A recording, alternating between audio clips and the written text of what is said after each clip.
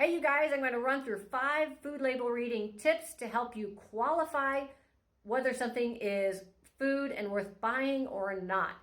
These are the 5 things that I personally look at whenever I pull anything off a shelf to qualify whether it's something I want to put in my body or not. Number 1, you first go to the ingredient list, not the nutritional facts. I'm going to show you an example here of what I'm talking about. This is really important. To the left there, you see ingredients: coconut, cacao, Jerusalem, coconut. Those are the ingredient lists. Those are the food list, the chemical list. To the right are the nutritional facts. That is not what we're looking at right now. The very first thing we want to look at is whether it's food or not, to qualify whether we want to put these ingredients in our body or not. Okay, that's number 1. Number 2 is what I would call deal breakers. Seed oils are my number 1 top deal breaker, and those include sunflower oil, safflower oil, canola oil, corn oil, cottonseed oil. If it's not avocado oil or coconut oil, you might want to put it back on the shelf. I would. I don't qualify. Those are deal breakers for me. Coconut oil and avocado oil are okay. They're fine. Olive oil is a bit sketchy because up to 25% of olive oil now is allowed to be seed and vegetable oils. So what are you really getting when you get an olive oil? That's kind of tricky. And if you see organic sunflower or safflower oil, I see this a lot, still a deal breaker because it's organic garbage. I don't want organic garbage or chemicals. So that's number 2. Number 3, chemicals. I look for MSG, bioengineered, added colorings, artificial sweeteners. Anything fake on the label is that's a deal breaker for me. Now, one of the things that's kind of sitting on the fence there would be natural flavors. This one's tricky.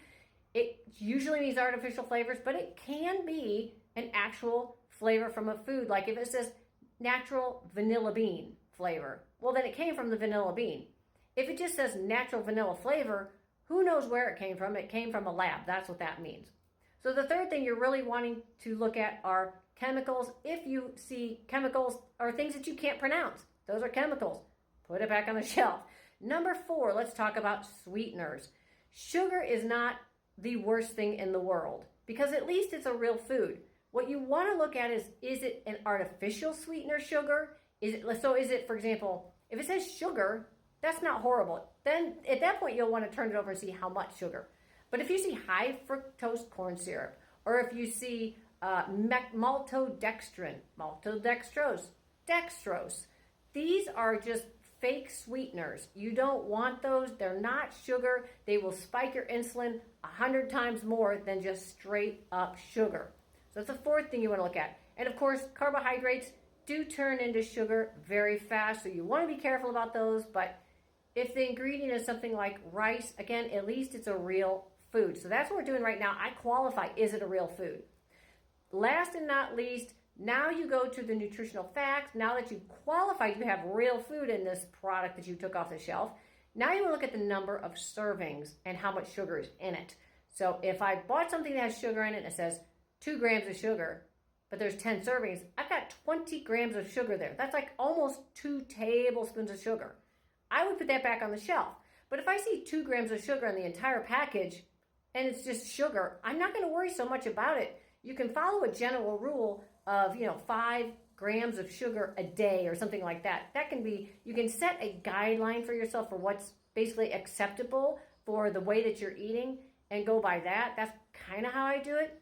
But keep in mind, 4 grams of sugar is a teaspoon. So it adds up really fast.